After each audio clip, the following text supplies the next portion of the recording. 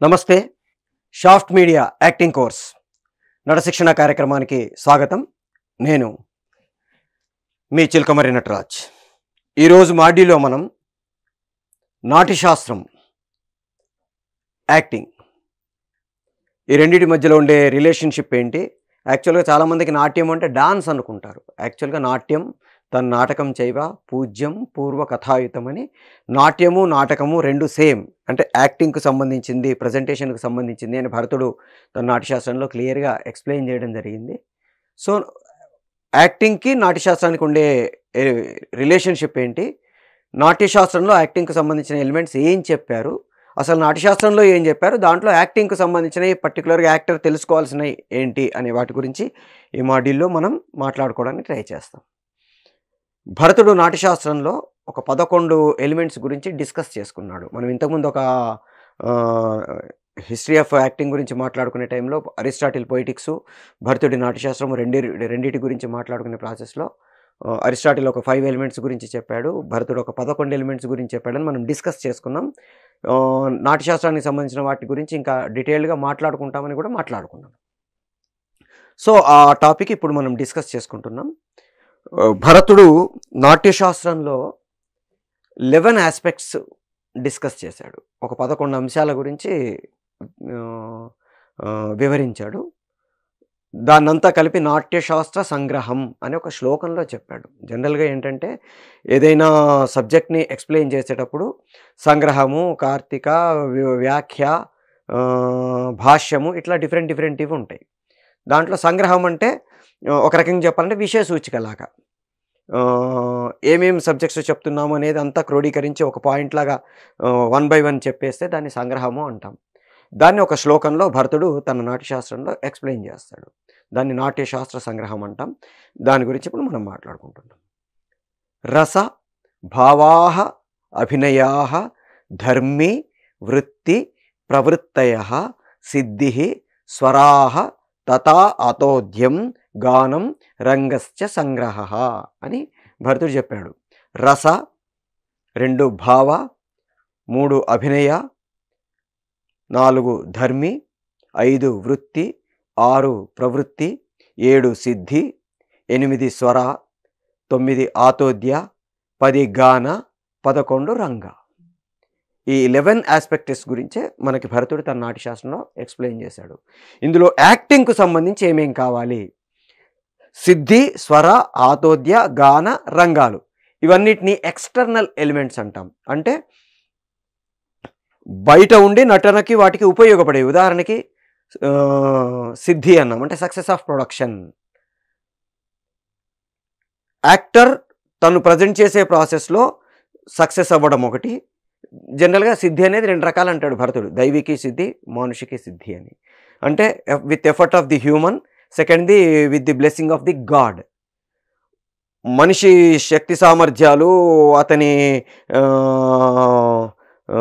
ప్రదర్శన పద్ధతులు, వీటి వల్ల సక్సెస్ అయితే దాన్ని మానుషికి సిద్ధి అంటాము. గాడ్స్ గ్రేస్ సక్సెస్ అయితే దాన్ని దైవికి సిద్ధి అంటాం. ఉదాహరణకి నేను అద్భుతంగా ప్లాన్ చేసుకొని పెట్టుకున్నాను, వర్షం పడింది అనుకోండి, కరెంటు పోయింది అనుకోండి, ఏమవుతుంది? నా ప్రొడక్షన్ సక్సెస్ కాకుండా బై గాడ్స్ గ్రేస్ వర్షం పడలేదు, మన కరెంటు పోలేదు, ఏమీ మధ్యలో ఏం ప్రాబ్లమ్స్ రాలేదు, హ్యాపీగా జరిగిపోయింది అంటే గాడ్స్ గ్రేస్ వల్ల వచ్చింది అని అర్థం. ఇదంతా ఎక్స్టర్నల్. అట్లాగే స్వరాహ అంటే మ్యూజిక్, సప్తస్వరాలు మనకి మన ఒక నాటకం కానీ ఒక సినిమా కానీ చేసేటప్పుడు మ్యూజిక్ని ఎట్లా వాడతాం అనే దానికి సంబంధించింది స్వరాలు. ఆతోద్యం అంటే instrumental music, different types of instruments music గురించి డిస్కస్ చేస్తాడు. తత, అనవద్ధ, ఘన, ఇట్లా రకరకాల ఇన్స్ట్రుమెంట్స్ని భరతుడు ఎక్స్ప్లెయిన్ చేశాడు. అంటే percussion instrument, string instrument, wind instrument, ఇట్లా డిఫరెంట్ ఇన్స్ట్రుమెంట్స్ గురించి భరతుడు నాట్యశాస్త్రంలో ఎక్స్ప్లెయిన్ చేశాడు. దాన్ని ఆతోద్యం అన్నాడు. నెక్స్ట్ గానం అంటే మ్యూజిక్, సింగింగ్. తర్వాత రంగం అంటే థియేటర్ సైజు, థియేటర్ షేపుని బట్టి డిఫరెంట్, ఒక 9 రకాల 3x3 3 రకాల సైజులు, 3 రకాల షేపులతో మనకి థియేటర్ ఉంటుంది. ఆ థియేటర్లో చేసేటప్పుడు యాక్టర్ తీసుకోవాల్సిన జాగ్రత్తలు ఏంటి, వీటి గురించి కూడా మనకి భరతుడి నాట్యశాస్త్రంలో వర్ణించాడు. ఇవన్నీ ఎక్స్టర్నల్. బట్ మిగతా ఏవైతే ముందు చెప్పినవి ఉన్నాయో అవన్నీ నటుడికి సంబంధించినవి, నటనకు సంబంధించినవి. వాటిని మనం మన పర్ఫార్మెన్స్ చేసేటప్పుడు జాగ్రత్తలు ఎట్లా తీసుకోవాలి, ఏం చెయ్యాలి అనే దాని గురించి చాలా విపులంగా ఎక్స్ప్లెయిన్ చేశాడు. అందులో ఫస్ట్‌ది రసము. మళ్ళీ ఇక్కడ కూడా రసము అంటే ఏంటి?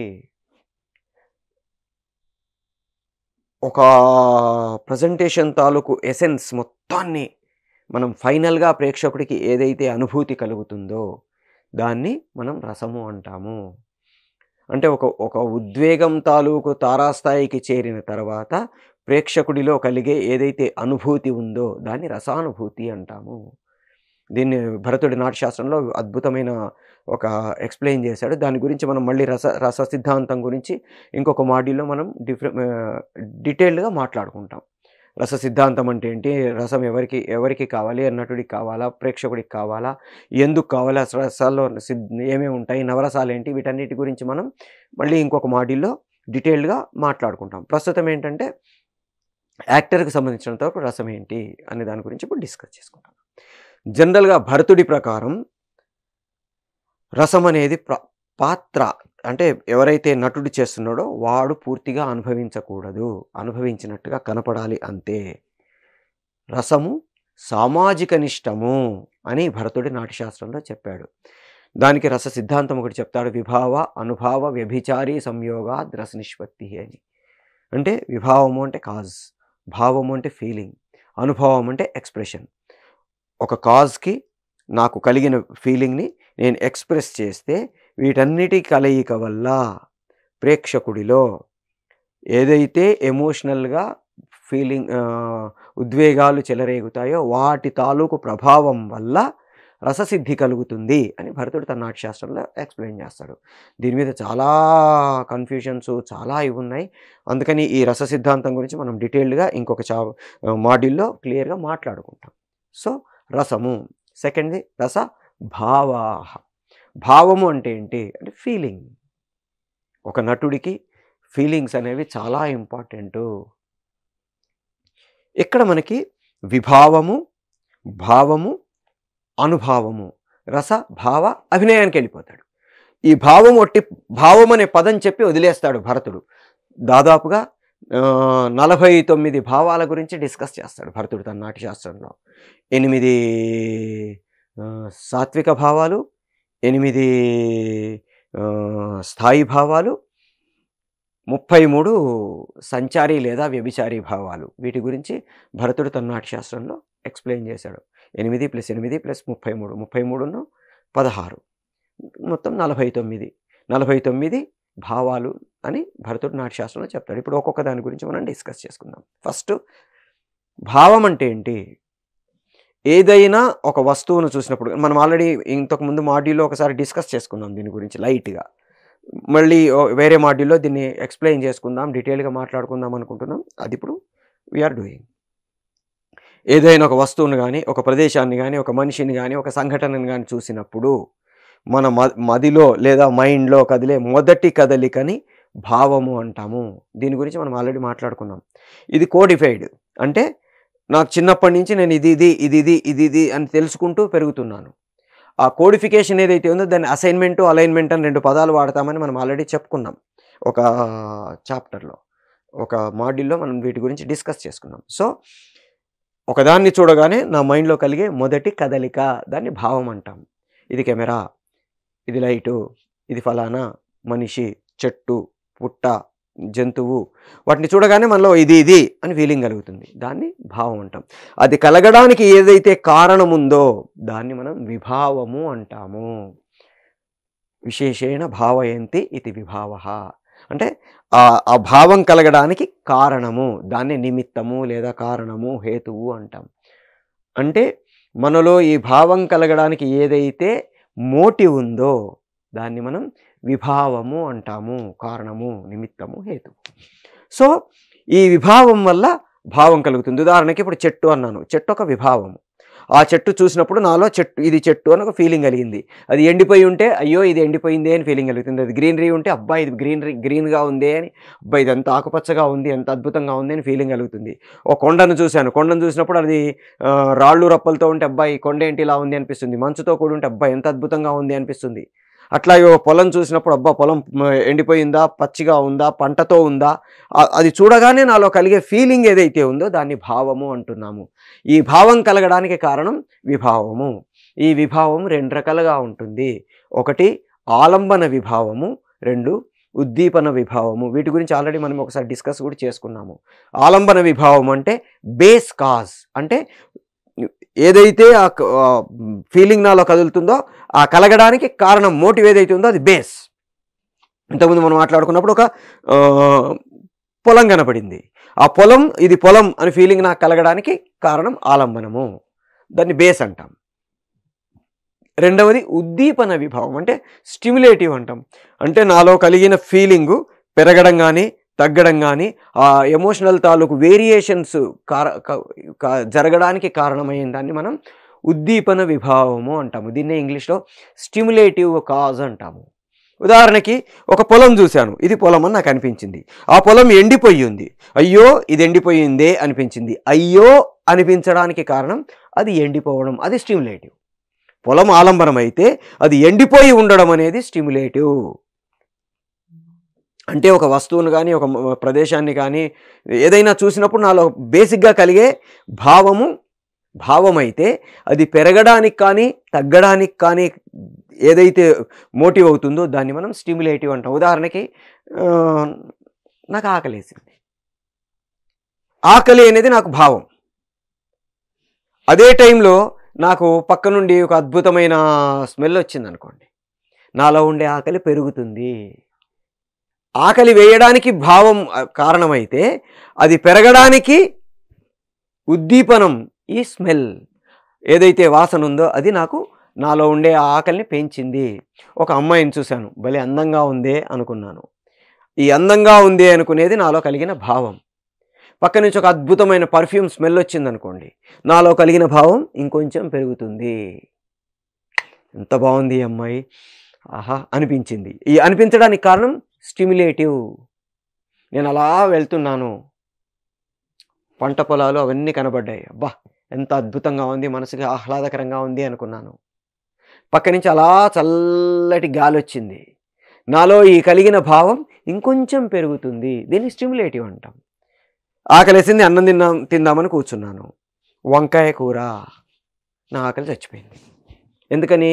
నాకు ఆ వంకాయ కూర అంటే ఇష్టం లేదు అనుకుందాం. ఆ కూర చూడగానే నాలో కలిగిన ఆకలి అనే భావం తగ్గిపోయింది. అది ఉద్దీపనం అంటే పెంచవచ్చు, తగ్గించవచ్చు. సో విభావం వల్ల భావం కలుగుతుంది. ఆ భావము మనం ఎక్స్ప్రెస్ చేయడాన్ని అనుభావము అంటాం. మనం ఒక దాంట్లో మాట్లాడుకున్నాం భావాలు. ఈ హావమే అనుభావము, అంటే ఫిజికలైజేషన్ ఆఫ్ ది ఫీలింగ్.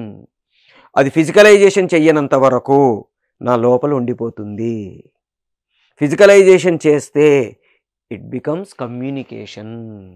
ఎదుటివాడికి అది కమ్యూనికేట్ అవుతుంది. Until and unless I physicalise my feeling, it is only feeling. When I physicalise my feeling it becomes expression. దీన్ని అనుభావము అంటున్నాము. సో ఒక విభావము, దానివల్ల కలిగిన భావము, దాని ఎఫెక్టు అనుభావము అంటున్నాము. సో భరతుడు నాట్యశాస్త్రంలో ప్రతి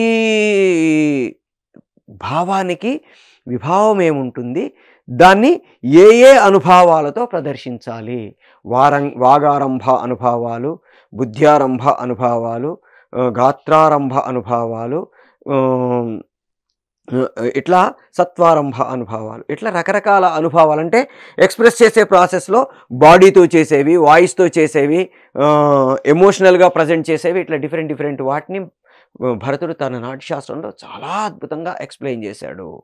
ప్రతి దానికి 33 సంచారీ భావాలు నేర్చుకోగలిగితే మీరు నటులుగా పర్ఫార్మెన్స్ చేసేటప్పుడు అద్భుతంగా పర్ఫార్మెన్స్ చేయగలుగుతాము. నిర్వేద గ్లాన్ శంకాఖ్య సదా తదా సోయా మదశ్రమ ఆలస్యం చేయవ దైన్యంచ, ఇట్లా ఒక 33 సంచారీ భావాలు ఉంటాయి. సంచారీ భావం అంటే వచ్చి వెళ్ళిపోయేవి, ట్రాన్సిటరీ ఎమోషన్స్ అంటే వచ్చి వెళ్ళిపోతూ ఉంటాయి. ఈ వచ్చి వెళ్ళిపోయేవన్నీ ఒక కేటగిరీకి చెందినప్పుడు అవి స్థాయి అవుతాయి. స్థాయి దాటితే రసానుభూతి కలుగుతుంది ప్రేక్షకుల్లో. ఇది జనరల్గా భరతుడి నాట్యశాస్త్రం. దీని గురించి మనం రస సిద్ధాంతంలో మళ్ళీ ఇంకా కొంచెం డీటెయిల్గా మాట్లాడుకుంటాం. సో ఇక్కడ మనకేంటంటే భరతుడు ఈ 33 భావాల గురించి, సంచారీ భావాల గురించి 8 సాత్విక భావాలు అంటాం. అంటే ఇన్వాలంటరీ రియాక్షన్స్, మనం అనుకోని చేస్తే వచ్చేవి కాదు, మనకి తెలియకుండా మన బాడీ, మన మైండ్, మన వాయిస్ రియాక్ట్ అయిపోయేవి సాత్విక భావాలు అంటాం. అంటే ఇన్వాలంటరీ రియాక్షన్స్. ఇవి ఒక 8 చెప్పాడు భరతుడు. స్తంభము, స్వేదము, రోమాంచము, స్వరభంగము, వేపదువు, వైవర్ణ్యము, అశ్రువు, ప్రళయము. ఈ 8 సాత్విక భావాలు అంటే ఇన్వాలంటరీ రియాక్షన్స్. వీటిని మనము ప్రదర్శించే ప్రాసెస్లో ఎమోషనల్గా మన బాడీని రియాక్ట్ అవుతూ ప్రదర్శించాలి. అయితే ఇక్కడ ఒక యాక్టింగ్ చేసేటప్పుడు ఒక కండిషన్ ఏంటంటే, ఈ ఇన్వాలంటరీ రియాక్షన్స్ అన్నీ సాత్విక అనుభవాలు ఏవైతే అంటున్నామో ఇవన్నీ కూడా యాక్టింగ్ చేసేవాడు కాన్షియస్గానే చెయ్యాలి. ఇవన్నీ ఇన్వాలంటరీ రియాక్షన్స్ అంటున్నాం, కానీ చేసేటప్పుడు వాలంటరీగా చేస్తాం. కానీ చూసే ప్రేక్షకుడికి ఇవి ఇన్వాలంటరీ రియాక్షన్స్ లాగా కనబడాలి. నేను ఇన్వాలంటరీ రియాక్షన్స్ని వాలంటరీగా చేస్తూ ఇన్వాలంటరీగా అనిపించేలా చెయ్యాలి. అది యాక్టింగ్లో ఉండే చాలా గొప్ప ఎఫెక్ట్. ఉదాహరణకి భయపడ్డాను అన్నాను, నేను మీకు తెలిసేటట్టుగా అన్నాను అనుకోండి, భయపడ్డావా అంటారు. నేనేం చేస్తున్నాను, అది ఇన్వాలంటరీ రియాక్షన్ అనడం, కానీ చేయడం నేను చేస్తానని నాకు తెలిసే చేశా కదా. సో ఇలా అనేటప్పుడు నేను అనుకోని చెయ్యట్లేదు అనిపించేటట్టుగా చెయ్యకపోతే అది వాలంటరీగా అనిపిస్తుంది. ఎప్పుడైతే వాలంటరీగా అనిపిస్తుందో మనం చేసేది యాక్టింగ్ ఆర్టిఫిషియల్గా అనిపిస్తుంది. సో మనం యాక్టింగ్ చేసేటప్పుడు పర్టికులర్గా ఈ సాత్విక భావాల్ని అంటే ఇన్వాలంటరీ రియాక్షన్స్ని చెయ్యడం వాలంటరీగానే చేస్తాము, కానీ చూసే ప్రేక్షకుడికి అవి ఇన్వాలంటరీగా అనిపించేటట్టుగా చెయ్యాలి. నెక్స్ట్ స్థాయి భావాలు. స్థాయి భావాలు అంటే ఇంతకుముందు మాట్లాడుకున్నాం, ఒక స్టాటిక్ ఎమోషన్స్ అంటాం. అంటే ఈ 33 సంచారీ భావాలన్నీ కలిపి ఒక సెట్గా మారి టచ్ అవుతూ వెళ్ళే ప్రాసెస్లో ఏదైతే ఒక స్టాటిక్కి చేరిన తర్వాత ఓవర్ఫ్లో అయితే దాన్ని మనం స్థాయి భావం అంటాం. అంటే ఒక స్థాయికి చేరిన భావాలు స్థాయి భావాలు. అవి ఓవర్ఫ్లో అయితే రససిద్ధి కలుగుతుంది. సో ఒక విభావము, భావము, ఈ అనుభావము, ఈ భావాలు మనకి 49 రకాలుగా చెప్పాడు భరతుడు.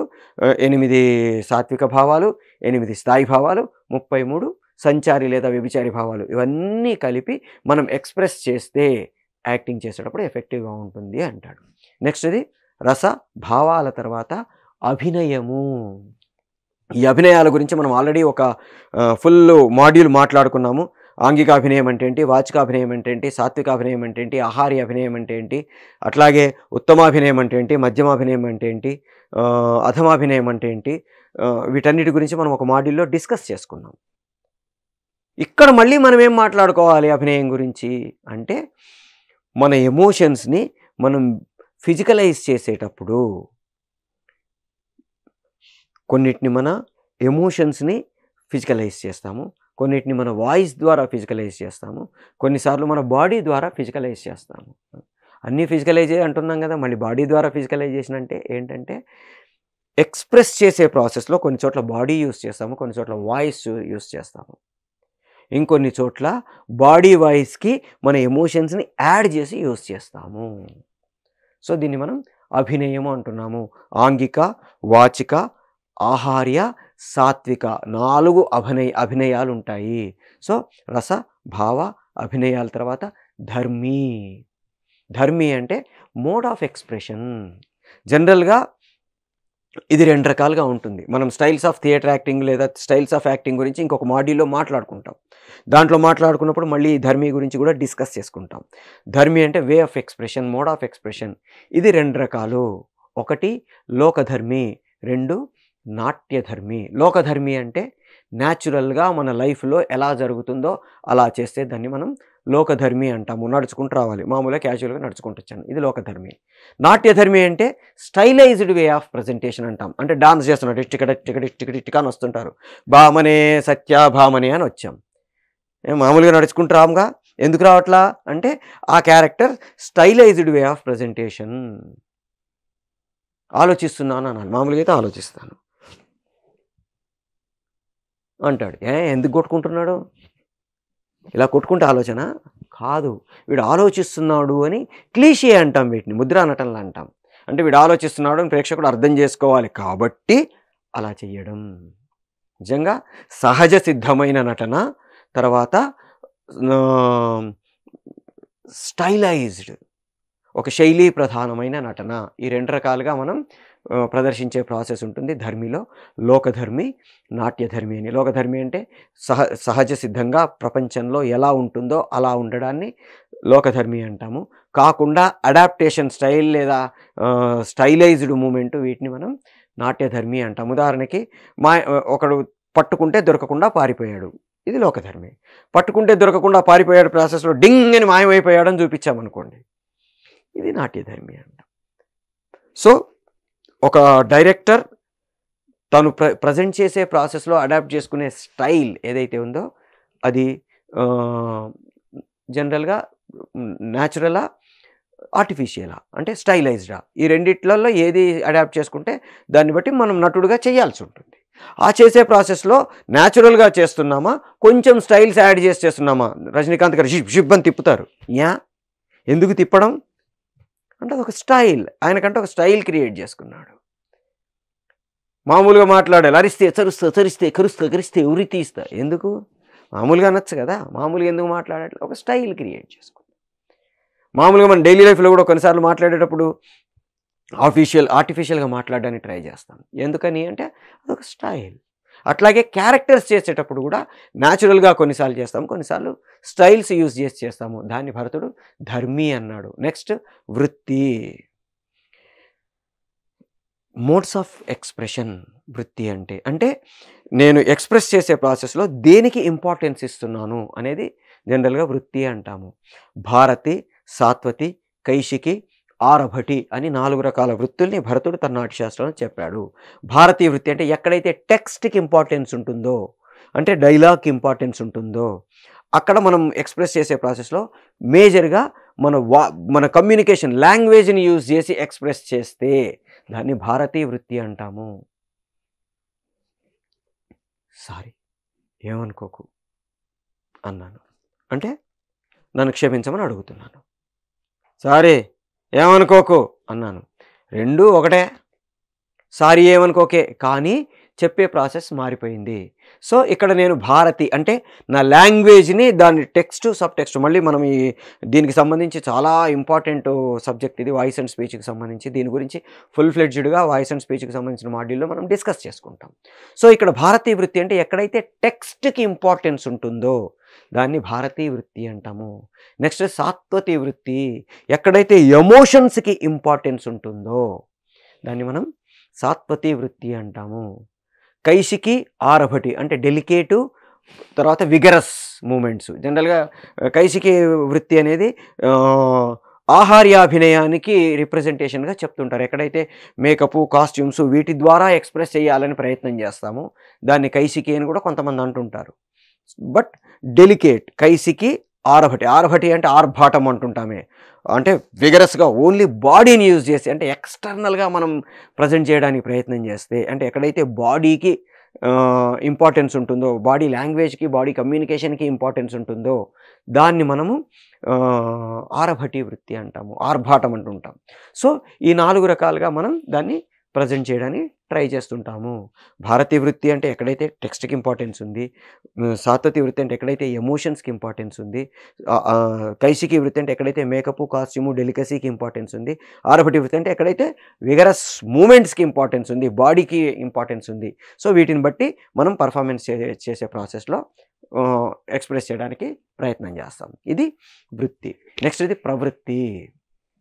జనరల్గా ప్రవృత్తి అంటే రీజనల్ ఐడెంటిటీ అంటాం. అంటే మన బ్యాక్‌గ్రౌండ్‌ని బట్టి, మనం పెరిగిన వాతావరణ పరిస్థితులను బట్టి, మనం చదువుకున్న చదువును బట్టి, మనం ఉండే ప్రదేశాన్ని బట్టి, వీటన్నిటిని బట్టి మనం మాట్లాడే మాటలు కానీ, మన కట్టు గాని, మన బొట్టు గాని, మన ఆచారాలు గాని, మన వ్యవహారాలు గాని ఉంటాయి. భరతుడు తన నాట్య శాస్త్రంలో క్రీస్తు పూర్వం 3వ శతాబ్దానికి ముందే భారతదేశంలో ఉండే ఒక 4 వేరియస్ రీజియన్స్‌ని డివైడ్ చేసి ఉత్తర భారతదేశము, దక్షిణ భారతదేశము, తూర్పు భారతదేశము, పశ్చిమ భారతదేశం. తను డిఫరెంట్ వాటిని విభజించి వాటిలో ఉండే భాషలేంటి, కట్టుబొట్టేంటి, ఆచార వ్యవహారాలేంటి, వాళ్ళు ఎలా ప్రవర్తిస్తారు, వీటన్నిటిని చాలా అద్భుతంగా భరతుడు ఎప్పుడో క్రీస్తుపూర్వం 3వ శతాబ్దానికి ముందు ఎక్స్‌ప్లెయిన్ చేశాడు. పాంచాల మధ్యమ అంటే పంజాబు, మధ్యప్రదేశ్ ఈ ప్రాంతమంతా మనకి పాంచాల మధ్యమ అంటున్నాము. నెక్స్ట్ అవంతిక అంటే పాంచాల మధ్యమ అనేది వెస్ట్ అండ్ మిడిల్. అవంతిక అంటే నార్త్ ఇండియన్, మనకి కాశ్మీరు, హిమాచల్ ప్రదేశు, ఈ రీజియన్ అంతా ఢిల్లీ వరకు అనుకోండి, అదంతా ఉత్తరప్రదేశు వరకు ఇదంతా కూడా అవంతిక అంటాడు, అంటే నార్త్ ఇండియన్ స్టైల్. అట్లాగే ఓఢ్ర మాగధి అంటే ఒరిస్సా నుండి Bihar, Bengal, north east states దీనంతటిని కలిపి భరతుడు ఓఢ్ర మాగధి అన్నాడు. అంటే ఒరిస్సా నుండి మగధ అంటే ఇప్పుడు బీహార్, తర్వాత బెంగాలు, నార్త్ ఈస్ట్ వీటన్నిటిని ఓఢ్ర మాగధి అంటాడు. Next Dakshinatya, southern Indian, south India. ఇప్పుడున్న ఒక రకంగా చెప్పాలంటే మహారాష్ట్ర, కర్ణాటక, కేరళ, తమిళనాడు, ఆంధ్రప్రదేశ్, తెలంగాణ ఈ రాష్ట్రాల్ని దాక్షిణాత్యలు అంటాడు.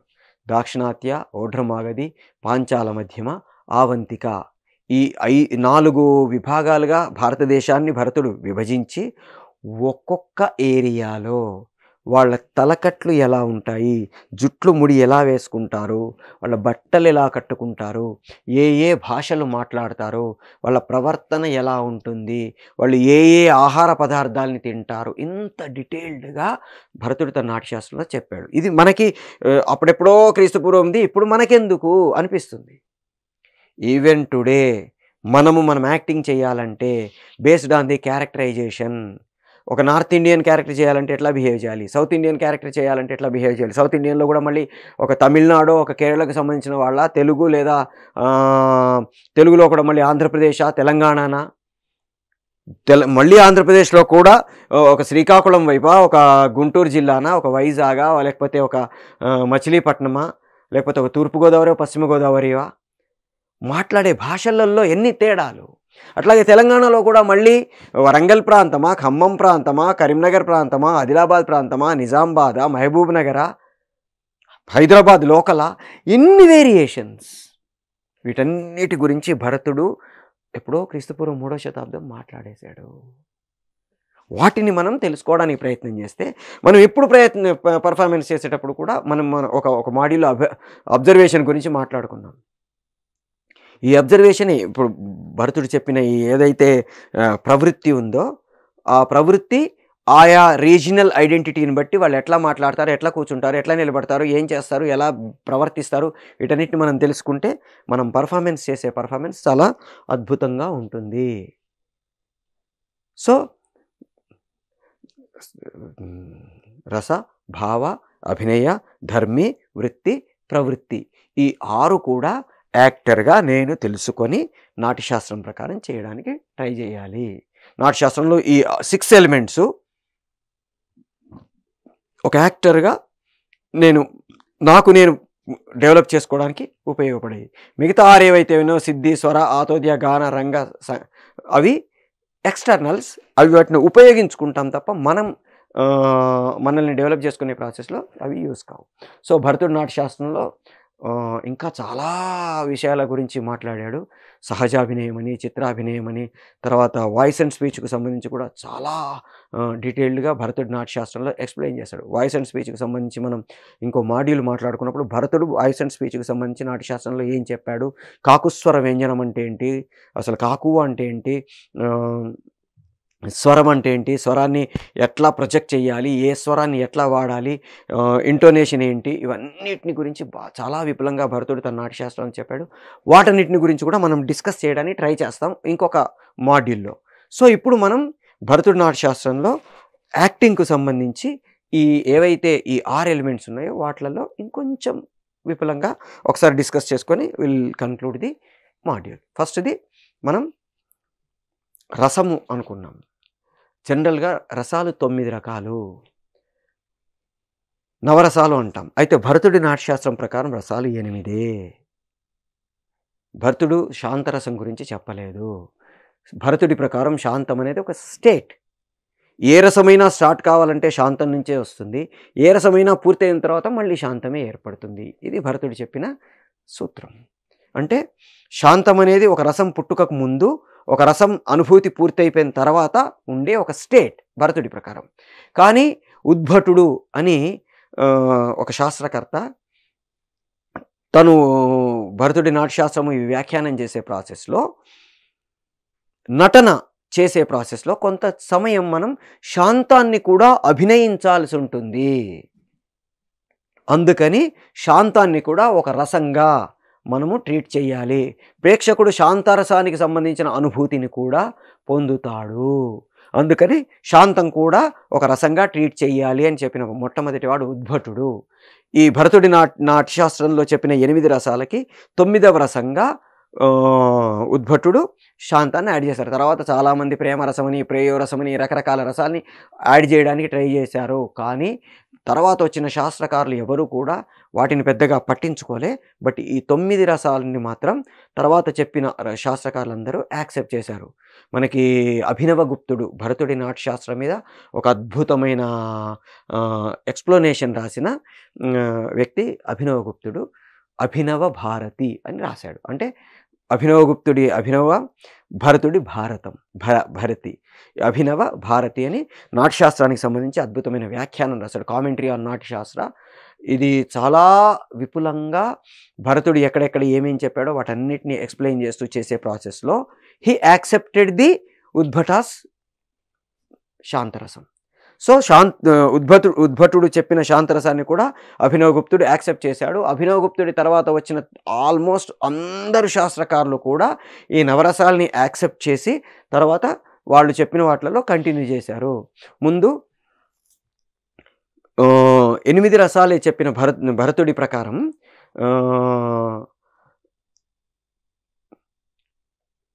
8 వాటిని మనం యాక్ట్ చేసే ప్రయత్నం చేసేవాళ్ళు భరతుడి కాలానికి. తర్వాత ఉద్భటుడి తర్వాత నుంచి నవరసాలు అయ్యాయి. అవి ఏంటో ఇప్పుడు మనం తెలుసుకోవడానికి ట్రై చేస్తాం. శృంగార, హాస్య, కరుణ, రౌద్ర, వీర, భయానక, భీభత్స, అద్భుత. ఇవి 8 భరతుడు చెప్పిన రసాలు. శృంగార, హాస్య, కరుణ, రౌద్ర, వీర, భయానక, భీభత్స, అద్భుత చేతి ఇత్యష్ట రసాస్మృత అని భరతుడి ప్రకారం. తర్వాత ఉద్భటుడు యాడ్ చేసిన తర్వాత ఏం చేసాము? శృంగార, హాస్య, కరుణ, రౌద్ర, వీర, భయానక, బీభత్సాద్భుత, శాంతేతి, నవరాటే రసాస్మృత అని దాన్ని యాడ్ చేయడం జరిగింది. సో, అంతకుముందు ఉండే 8 రసాలు ఇప్పుడు ఒక రసం ఎక్స్ట్రా అంటే 9వ రసం కలిపి తర్వాత నవరసాలు అంటున్నాము. ఈ నవరసాలని చేసేటప్పుడు వాటికి సంబంధించిన స్థాయి భావాలేంటి అనేది కూడా మనం తెలుసుకోవడానికి ట్రై చేస్తాం. శృంగారానికి రతి. రతి అంటే ఇష్టము, కోరిక, ప్రేమ. ఇది శృంగారానికి సంబంధించిన స్థాయి భావము. శృంగారం ఎప్పుడు ఏర్పడుతుంది? శృంగారం అనేది ఒక మనిషిని ఇష్టం ఏర్పడ్డప్పుడు దాన్ని మనం ప్రదర్శించే ప్రాసెస్లో వస్తుంది శృంగారం. ఇది జనరల్గా భరతుడి నాట్యశాస్త్రం ప్రకారం ఇది 2 రకాలు: సంభోగ శృంగారము, విప్రలంభ శృంగారం. అంటే ఒక మనిషిని కలిసినప్పుడు వాళ్ళ ప్రేమ వల్ల కలిగే ఇష్టం వల్ల వచ్చే రస అనుభూతి ఏదైతే ఉందో అది సంభోగ శృంగారం అంటాము. ఒక మనిషి విడిపోయినప్పుడు ఆ విరహం వల్ల కలిగే ఏదైతే ఉందో రసం అది విప్రలంభ శృంగారము అంటాము. సో ఈ 2 రకాలుగా శృంగారాన్ని మనం ప్రదర్శించడానికి ట్రై చేస్తాం. నెక్స్ట్ ఇది హాస్యము. దీనికి హాసము అనేది స్థాయి భావము. జనరల్‌గా మనం కామెడీ అనే పదంలో వాడుతుంటాము. ఇది రకరకాలుగా ఉంటుంది. హసితము, అతిహసితము, హాసము, ధరహాసము, అట్టహాసము, వికటాట్టహాసం ఇట్లా రకరకాలుగా మనం నవ్వుని చేస్తాం. అంటే ఒక చిన్న చిరునవ్వు నుండి అని నవ్వేంత వరకు రకరకాలుగా మనకి ఇది ఉంటుంది. ఇది ఎందుకు కలుగుతుంది అనడానికి కూడా భరతుడు చాలా విభావాలు చెప్పాడు. ఎవరైనా జారిపడ్డప్పుడు గానీ, లేకపోతే ఏదన్నా దుస్తుల్ని విచిత్రంగా వేసుకున్నప్పుడు గానీ, ఇట్లా రకరకాల విభావాల్ని చెప్తాడు. వీటన్నిటి గురించి మనం నవరసాలు అని ఏదైతే ఒక మాడ్యూల్‌లో మనం డిస్కస్ చేసుకుందాం అనుకుంటున్నామో దాంట్లో డీటెయిల్డ్‌గా ఒక్కొక్క రసం గురించి, దాని విభావం ఏంటి, దాన్ని ప్రదర్శించాల్సిన పద్ధతులు ఏంటి, వీటన్నిటి గురించి మళ్ళీ మనం డిస్కస్ చేసుకుంటాం. శృంగార హాస్య తర్వాత కరుణ. కరుణకి శోకము అనేది స్థాయి భావం అంటాము. ఒక బాధ వల్ల కరుణరసం కలుగుతుంది. మనం ఏదైనా కోల్పోవడం వల్ల గానీ, మన వాళ్ళు ఎవరైనా చనిపోవడం వల్ల గానీ, ఎవరైనా మనల్ని దోచుకోవడం వల్ల గానీ, ఇట్లాంటి వాటి వల్ల మనకి శోకం కలుగుతుంది అంటాడు భరతుడు. దాన్ని ఎట్లా ప్రదర్శించాలి, ఏం చేయాలి అనేది కూడా మనకి డీటెయిల్డ్‌గా భరతుడు నాట్యశాస్త్రంలో చెప్పాడు. మనం ఆ మాడ్యూల్‌లో మనం వాటిని డిస్కషన్ చేసుకుంటాం. నెక్స్ట్ రౌద్రము. క్రోధము అనేది దానికి స్థాయి భావము. కోపం వల్ల వచ్చేది రౌద్రము. జనరల్‌గా రుద్రుడికి సంబంధించి రౌద్రము అంటాం. అంటే శివుడి తాండవం చేసే ప్రాసెస్‌లో ఏదైతే రుద్రుడు అంటామో దాన్ని మనం కోపం అంటాం, రౌద్రము అంటాం. అంటే మనకి ఏదైనా అన్యాయం జరిగినప్పుడు గానీ, మనం ఏదైనా కోల్పోయినప్పుడు గానీ, ఎవరైనా మనకి అన్యాయం చేసినప్పుడు గానీ, చెడు చేసినప్పుడు గానీ, లేకపోతే ఏదైనా ఒక సంఘటన మనకి వ్యతిరేకంగా జరిగినప్పుడు గానీ మనకి కోపం వస్తుంది. ఆ క్రోధము నుండి రౌద్రం వస్తుంది. రౌద్రం వచ్చినప్పుడు మనం ఎట్లా చేయాలి, ఏం చేయాలనేది మళ్ళీ మనం discuss in a specific module. Next the వీరము. దీనికి ఉత్సాహము స్థాయి భావం అంటాం. అంటే ఎనర్జీ. అంటే యాక్టివ్‌గా ఉండి ఏదైనా పని చేయాలనుకున్న దాన్ని మనం వీరరసం అంటాము. ఆయుధాలు ధరించడము, భేషజ ప్రదర్శన చేయడము, ముందుకు పరిగెత్తడము, మనం వీటన్నిటిని వీరరసానికి చిహ్నాలుగా భరతుడు తన నాట్యశాస్త్రంలో చెప్పాడు. సో ఈ ఉత్సాహము అనే స్థాయి భావాన్ని మనం తీసుకొని ఎట్లా ప్రదర్శించాలనేది మళ్ళీ మనం ఈ నవరసాలకు సంబంధించిన మాడ్యూల్‌లో డిస్కస్ చేసుకుంటాం. నెక్స్ట్ భయము. భయానక రసం వల్ల భయము ఏర్పడుతుంది. భయానకమనే స్థాయి భావం వల్ల భయము అనే రసం ఏర్పడుతుంది. మనం ఏదైనా నిర్జనమైన ప్రదేశంలోకి వెళ్ళడం గానీ, ఒక చీకట్లో ఉండడం గానీ, మనల్ని ఎవరైనా చంపడానికి వచ్చినప్పుడు కానీ ఈ భయం కలుగుతుంది అంటాడు భరతుడు నాట్యశాస్త్రంలో. సో దీన్ని ఎట్లా ప్రదర్శించాలి ఏంటి కూడా మనం will discuss in a specific module. So ఆ భయానక స్థాయి భావం వల్ల భయం అనే రసం మనకి కలుగుతుంది. నెక్స్ట్ ఇది భీభత్సము. దీనికి జుగుప్స అని స్థాయి భావం. అంటే అసహ్యము, ఒక రకమైన భయంకరమైన స్థితిని చూసినప్పుడు మనలో కలిగే ఏదైతే ఆ వికారం ఉందో దాన్ని మనం భీభత్సము అంటాము. అంటే భయంకరమైన వైలెన్స్ చూసినప్పుడు కానీ, రక్తము, మాంసము ఇట్లాంటివి చూసినప్పుడు కానీ, చనిపోయిన కళేబరాల్ని చూసినప్పుడు కానీ మనలో కలిగే వికారం ఏదైతే ఉందో దాన్ని మనం భీభత్సము అంటాము. దీనికి జుగుప్స అనేది స్థాయి భావము. నెక్స్ట్ ఇది విస్మయము అనే స్థాయి భావం వల్ల ఏర్పడే అద్భుత రసము. ఆశ్చర్యం కలిగించే వాటిని చూసినప్పుడు, ఒక అద్భుతమైన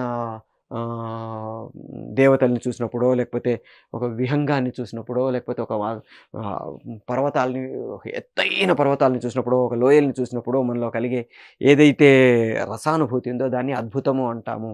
హ్యూజ్ ఎలిమెంట్స్ని చూసినప్పుడు మనలో ఆ అద్భుత రసం కలుగుతుంది. దానికి కారణం విస్మయము అంటాం స్థాయి భావాన్ని. ఆ విస్మయం వల్ల మనకి ఈ అద్భుత రసం కలుగుతుంది. దీన్ని ఎట్లా ప్రదర్శించాలి ఏంటి మనం ఇంకొక మాడ్యూల్లో డిస్కస్ చేసుకుంటాం. నెక్స్ట్ శమ. మనం 8 రసాలు యాక్చువల్గా భరతుడి ప్రకారం, బట్ శమ అనే ఒక స్థాయి భావంతో వచ్చే శాంతరసము. అంటే విరక్తులై ఉండి, విరాగులై ఉండి, దేని మీద మనస్సు లేకుండా నిశ్చలంగా ఉండేదాన్ని మనం శాంతము అంటాము. అంటే అన్నిటి మీద విరక్తి కలిగి దేని మీద మనస్సు లేకపోవడాన్ని మనం శాంతరసానికి చిహ్నంగా చెప్తాము. దాన్ని ఎట్లా ప్రదర్శించాలి ఏంటి కూడా మనం will discuss in a specific module. So ఈ నవరసాల్ని మనం ప్రదర్శించే ప్రాసెస్లో యాక్టర్స్గా ఆ రసం ఎందుకు వస్తుంది, ఎట్లా వస్తుంది, దానికి కలిగే మోటివ్ ఏంటి, వీటన్నిటిని తెలుసుకొని మనం చేస్తే యాక్టింగ్ ఎఫెక్టివ్గా ఉంటుంది. అట్లాగే భావాలు మనం మాట్లాడుకున్నట్టుగా ఒక వస్తువును గానీ, ఒక ప్రదేశాన్ని గానీ చూడగానే మనలో కలిగే ఫీలింగ్. దీన్ని ఎక్స్‌ప్రెస్ చేయనంత వరకు అది ఫీలింగ్ లాగే ఉండిపోతుంది. But we have to physicalise it. అంటే మన బాడీ మీదికి మనం దాన్ని ప్రదర్శించినప్పుడే ఎదుటివాడికి అది కమ్యూనికేట్ అవుతుంది. దాన్ని అనుభావము అంటామని మనం ఇంతకుముందే మాట్లాడుకున్నాం. సో, మనం ఒక ఫీలింగ్‌ని ఎక్స్‌ప్రెస్ చేసినప్పుడే అది యాక్టింగ్ అవుతుంది. Until and unless we have not expressed that feeling, only ఫీలింగ్‌గా మిగిలిపోతుంది. దాన్ని మనం ఫిజికలైజ్ చేసి ఎదుటివాడికి అది అర్థమయ్యేటట్టు చేస్తాము. అది మనం అభినయం ద్వారా చేస్తాము. ఈ అభినయం 4 రకాలు అనుకున్నాం. ఆంగిక, వాచిక, ఆహార్య, సాత్విక. సో, ఈ అభినయానికి మళ్ళీ ధర్మి, వృత్తి, ప్రవృత్తి ఈ మూడిటిని యాడ్ చేసుకోవడానికి ట్రై చేస్తాము. ధర్మి అంటే లోకధర్మి, నాట్యధర్మి అంటే న్యాచురల్‌గా చేయాలా, ఆర్టిఫిషియల్‌గా స్టైలైజ్డ్‌గా చేయాలా. అట్లాగే వృత్తి ఎక్కడ వాయిస్‌కి ఇంపార్టెన్స్ ఇవ్వాలా, బాడీ ఎక్స్‌ప్రెషన్స్‌కి ఇంపార్టెన్స్ ఇవ్వాలా, మేకప్ అండ్ కాస్ట్యూమ్స్ అండ్ డెలికసీకి ఇంపార్టెన్స్ ఇవ్వాలా, విజువల్‌గా విగరస్ మూవ్‌మెంట్స్‌కి ఇంపార్టెన్స్ ఇవ్వాలా అనేది మనం వృత్తిగా మాట్లాడుకుంటే. ప్రవృత్తి డిఫరెంట్ రీజనల్ ఐడెంటిటీ వీటన్నిటిని మనం తెలుసుకోగలిగితే నటన చేసేటప్పుడు అద్భుతంగా చేయగలుగుతాము. భద్రం భద్రావరభద్రం. రెడీ. యాక్షన్. సో, ఈ భరతుడు చెప్పిన ఏవైతే ఈ ఎలిమెంట్స్ ఉన్నాయో వీటన్నిటిని మనం ఒక్కొక్కటి పర్ఫెక్ట్‌గా ఇన్ డెప్త్ నేర్చుకొని పర్ఫార్మెన్స్ చేయగలిగితే will become a beautiful actor. So, మళ్ళీ మనం వీటిని నవరసాల్లో ఒక చాప్టర్‌లో విడిగా, తర్వాత అభినయాల గురించి విడిగా ఒక చాప్టర్‌లో ఇట్లా డిఫరెంట్ వాటి గురించి మళ్ళీ మనం విడివిడి మాడ్యూల్స్‌లో మాట్లాడుకుంటాం. ఎప్పుడో క్రీస్తుపూర్వం 3వ శతాబ్దంలో భరతుడు చెప్పిన నాట్యశాస్త్రపు ఎలిమెంట్స్ ఈవెన్ టుడే మనకి మోడర్న్ సైంటిస్టులు కూడా ఇప్పుడు ఇన్వాలంటరీ రియాక్షన్స్ ఈ 8 దాటి ఇంకా కొత్తగా ఏం చెప్పలా. మనకి భరతుడు ఏదైతే సాత్విక భావాలు చెప్పాడో అవి దాటి ఎక్స్ట్రా కొత్తగా చెప్పినవి ఏం లేవు. అట్లాగే ఎమోషన్స్ కూడా బేసిక్ ఎమోషన్స్ 9 ఏవైతే భరతుడి నాట్యశాస్త్రాల కాలంలో చెప్పారో వాటిని దాటి కొత్తగా ఏ సైంటిస్టులు కానీ శాస్త్రజ్ఞులు కానీ కొత్తగా చెప్పింది లేదు. సో, ఎప్పుడో క్రీస్తుపూర్వము 3వ శతాబ్దంలో భరతుడు చెప్పిన వాటిని మనం పట్టుకోగలిగితే ఈవెన్ టుడే ఈ 2022, 23, 24 సంవత్సరాలు వచ్చిన తర్వాత కూడా మనం ఎఫెక్టివ్ యాక్టర్‌గా, పర్ఫెక్ట్ యాక్టర్‌గా మారడానికి అవకాశం ఉంటుంది. So, try to learn Natyashastra గురించి మీకు ఇంకా డీటెయిల్స్ కావాలంటే కింద డిస్క్రిప్షన్ బాక్స్‌లో మన నెంబర్స్ ఉంటాయి. వాటికి మీరు కాంటాక్ట్ చేస్తే మీకు నాట్యశాస్త్రానికి సంబంధించిన కొన్ని స్పెసిఫిక్ చాప్టర్స్‌కు సంబంధించినవన్నీ మనకి ఇలాగే వీడియోస్ ఉన్నాయి. వాటిని మీరు చూడొచ్చు. యూట్యూబ్‌లో కూడా కొన్ని ఉన్నాయి. వాటి లింక్స్ మీకు షేర్ చేయడం జరుగుతుంది. సో, ట్రై టు లెర్న్ అద్భుతమైన యాక్టింగ్ నేర్చుకొని రేపొద్దున ఇండస్ట్రీలోకెళ్ళి మిమ్మల్ని మీరు ప్రజెంట్ చేసుకోవడానికి ట్రై చేయండి. యాక్టింగ్ ఒకటే కాకుండా షాఫ్ట్ మీకు డిఫరెంట్ టైప్స్ ఆఫ్ కోర్సెస్‌ని ఆఫర్ చేస్తుంది. యాక్టింగ్‌తో పాటు డైరెక్షను, సినిమాటోగ్రఫీ, ఎడిటింగు, తర్వాత రేడియో జాకీయింగ్, న్యూస్ రీడింగు ఇట్లా డిఫరెంట్ కోర్సెస్‌ని అది కూడా వీకెండ్ కోర్సులు, తర్వాత డిప్లొమా కోర్సులు, మీడియం కోర్సులు, ప్రొఫెషనల్ కోర్సుల్ని ఆఫర్ చేస్తుంది. మీకు ఏ కోర్స్ కావాలనుకుంటే ఆ కోర్స్‌ని అవైల్ చేసుకోవచ్చు. సైంటిఫిక్‌గా, టెక్నికల్‌గా మిమ్మల్ని మీరు ఎక్విప్ చేసుకొని రేపొద్దున ఇండస్ట్రీలోకెళ్ళి మిమ్మల్ని మీరు ప్రూవ్ చేసుకోవడానికి అవకాశం ఉంటుంది. Try to learn so many things. నేర్చుకోండి, మిమ్మల్ని మీరు డెవలప్ చేసుకోండి, ఇండస్ట్రీలో మిమ్మల్ని మీరు ప్రూవ్ చేసుకోండి. All the best. Signing off me Chilakamarri Nataraj.